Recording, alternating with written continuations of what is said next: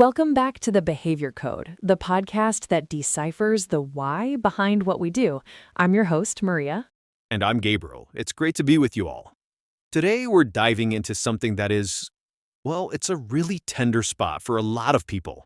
It's a dynamic that I think almost everyone has felt, but maybe didn't quite have the language to describe. Oh, absolutely. It's one of those silent struggles. So let me paint a picture for you, for everyone listening. You know that friend, you check your phone and you realize you're always the one who sends the first text, the "Hey, how are you?" or the funny meme to get a conversation going. You're the initiator. Always the initiator. You're the one suggesting plans, trying to get something on the calendar. You're the one who remembers their mom's surgery is this week and texts to see how it went. You are, for all intents and purposes, the engine of the friendship. You give and you give because you genuinely care. Right. It doesn't even feel like effort at first. It just feels like being a friend. But then one day you decide to just wait. You put your phone down and you think, okay, I'll let them reach out this time. And the silence is deafening. Deafening is the perfect word. A day goes by, then 3, then a week, and you get this little sinking feeling in your stomach. This slow, creeping realization that if you weren't constantly pushing this boulder uphill, it would just roll all the way back to the bottom. So, to everyone listening, we want to start with one simple question. Have you ever felt like you're the only one trying? If that question lands with you even a little bit, then you're in the right place. Because today we are pulling back the curtain on the subtle, confusing, and often painful psychology of the one-sided friendship. Okay, so let's get into the weeds here. What are we actually talking about when we say one-sided friendship? It can feel kind of vague. That's the tricky part. It's not a single event, it's a pattern, it's an atmosphere. But we can break it down. Psychologically, the first big component is what you could call effort asymmetry. It's the imbalance in the tangible, logistical work of maintaining a connection. Effort asymmetry. Okay, that's a good term for it. It's not just a feeling, you can actually see it if you look. Exactly. Who initiates contact? Who makes the plans? Who does the driving? Who offers help when someone is moving or sick? In a one-sided friendship, the answer is consistently one person. The other person is, for the most part, a passive recipient of the friendship. They show up, but they don't build. Right, and that's the practical side. But then there's the much deeper and I think more painful side of it, the emotional part. The emotional imbalance. This is about the exchange of care, of vulnerability, of support. You're their go-to person when they have a crisis. You listen for hours about their breakup, their bad boss. You're their cheerleader, their therapist, their sounding board. Totally. But when it's your turn, when you have a bad day and you try to talk about it, you can just feel the energy shift. You get a quick, "Oh, wow, that's tough," and then the topic immediately changes back to them. The topic changes, yes. It's like the conversation is a magnet, and it's always polarized towards them. And that creates this third, really subtle piece, invisible expectations. You just assume that friendship is a two-way street. You expect them to care about your big presentation because you would, and did, care about theirs. And that's where the hurt really comes from. It's the gap between what you believe is a universal rule of friendship and the reality of that specific dynamic. You think you have a shared understanding, but you don't. And I think this is so much more common than people admit, because we're wired to give people the benefit of the doubt. We think, oh, they're just busy, they're overwhelmed. We make excuses. We do. We project our own capacity for care onto them and assume it's there. Which leads to the big question, right? Why does this even happen? Why do some of us repeatedly find ourselves in these unbalanced roles? Yeah, let's get into the why, because it's not a coincidence if it's a pattern in your life. Not at all. And like most of our behavioral patterns, the roots are often in our earliest experiences. We have to talk about attachment styles. These are the blueprints for relationships that we develop in childhood with our caregiver. Right, so if you grew up in a home where love and attention felt conditional. Precisely. If you had to be the good kid, the easy one, or the helper to feel seen and valued, you might develop an anxious attachment style. You learn very early on that you have to earn your connection to others. Your role is to give, to be useful. And you carry that script right into your adult friendships. You don't even realize you're doing it. It's just your default mode. You perform, you overfunction, you anticipate their needs, because deep down, that's how you believe you secure your place. And that's tied directly to a profound fear of abandonment. The subconscious belief is, if I stop being the planner, the listener, the giver, they will realize I'm not essential and they will leave. So the overgiving is actually a form of anxiety management. You're trying to control the outcome and prevent rejection. That makes so much sense. It feels like control, but it's really coming from a place of fear. And this is basically the textbook definition of people-pleasing, isn't it? It really is. People pleasers derive their sense of worth from external validation, from being seen as nice, helpful, generous. They have immense difficulty setting boundaries because they've learned to equate saying no, or even just not offering, to creating conflict or risking disapproval. And the irony is so cruel. In an attempt to make people like you and stay, you teach them that your needs don't matter. You create the very dynamic that eventually makes you feel resentful and invisible. It's a self-fulfilling prophecy. Your early experiences shaped this pattern, and unless you become conscious of it, you'll just keep seeking out people who fit the other side of that dynamic. Okay, so that's the giver. But it's so important to understand the other side of the equation. What is going on with the person who is the taker?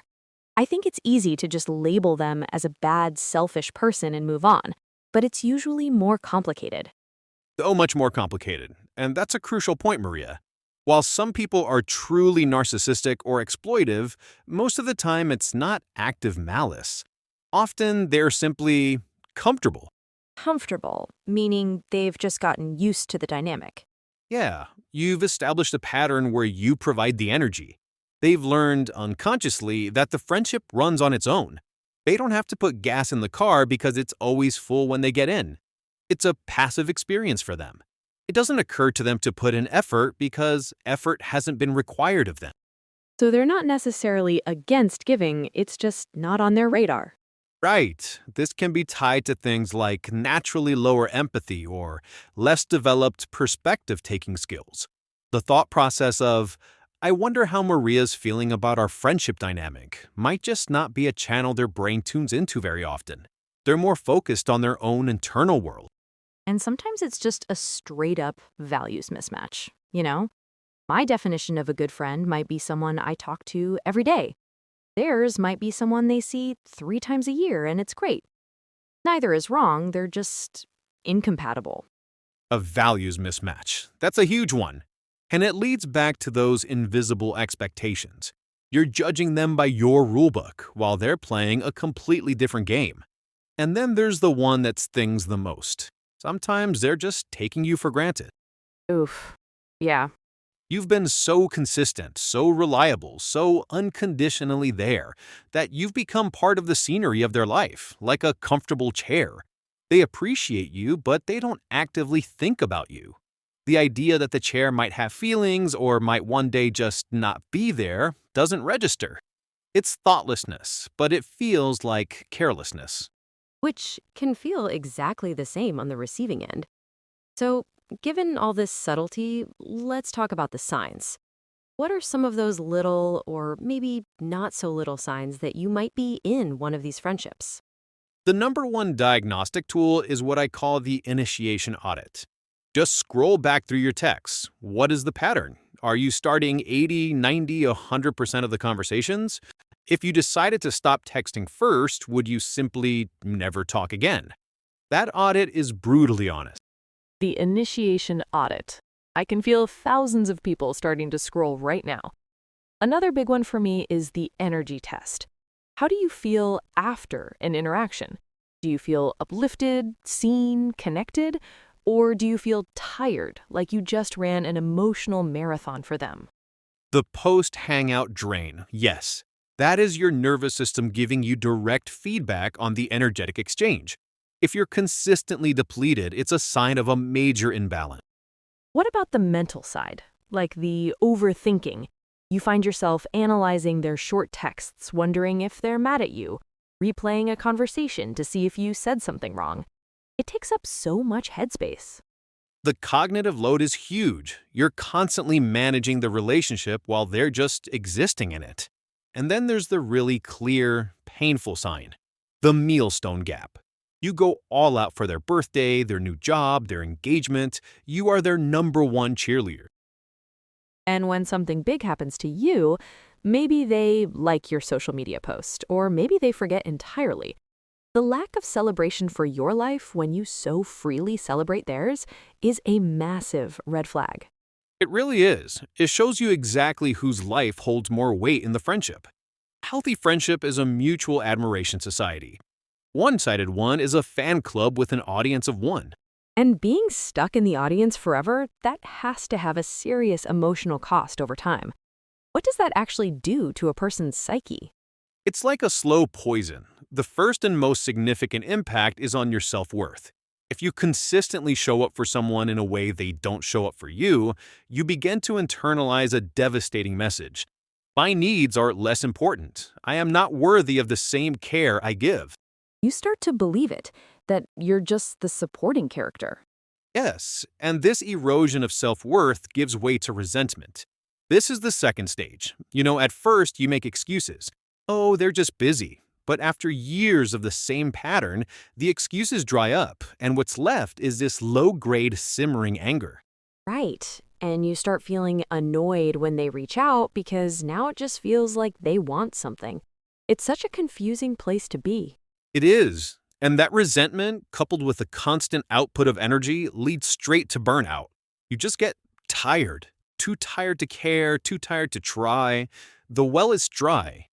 And the most dangerous long-term effect of all this is how it can slowly disconnect you from your own identity. How so? You get so accustomed to silencing your own needs, your own opinions, your own desires to keep the peace and be the easy friend that you can actually forget what they are. You lose the thread of yourself. Who are you when you're not managing someone else's emotions? The question becomes scarily blank. That's heavy. So your whole identity gets wrapped up in this role you're playing.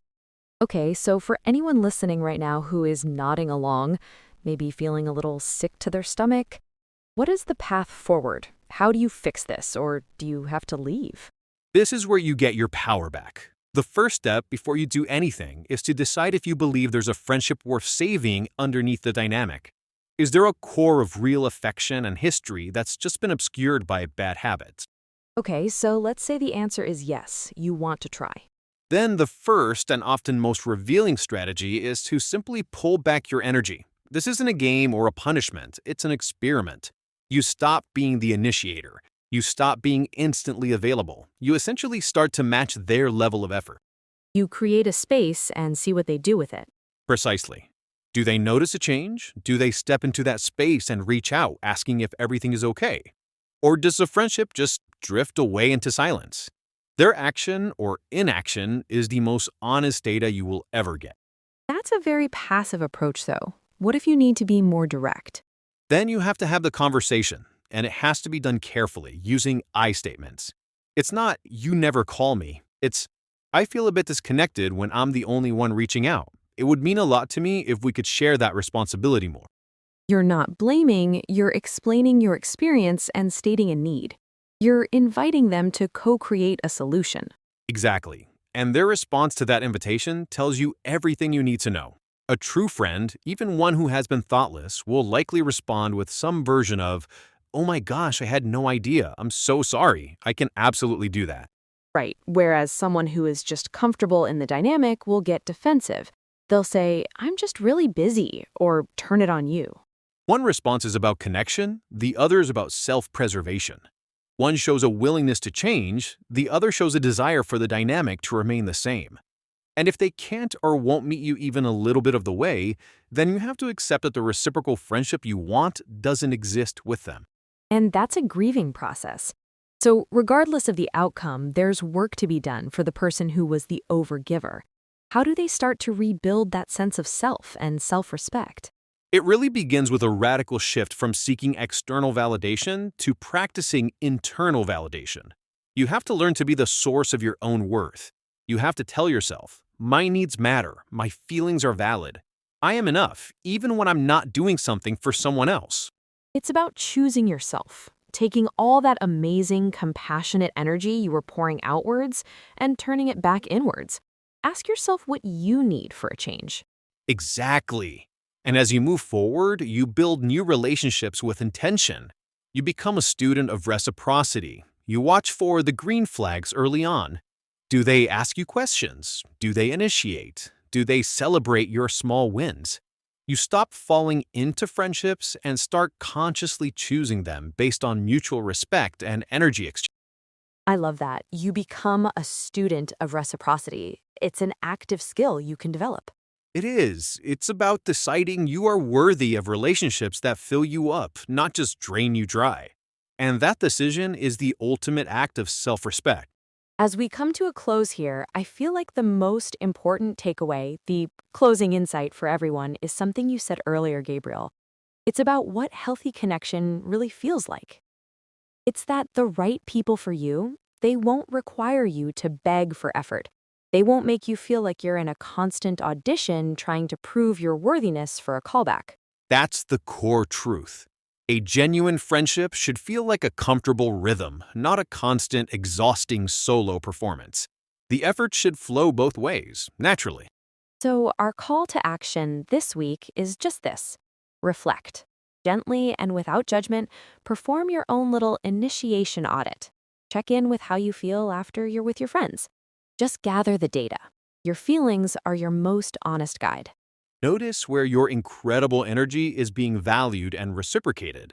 That awareness is the first, most powerful step toward creating a life filled with connections that truly lift you up. That's our show for today. Thank you for tuning in to the Behavior Code. Join us next time as we continue to explore what makes us tick. Until then, take good care of yourselves and each other. Outro music begins to fade in.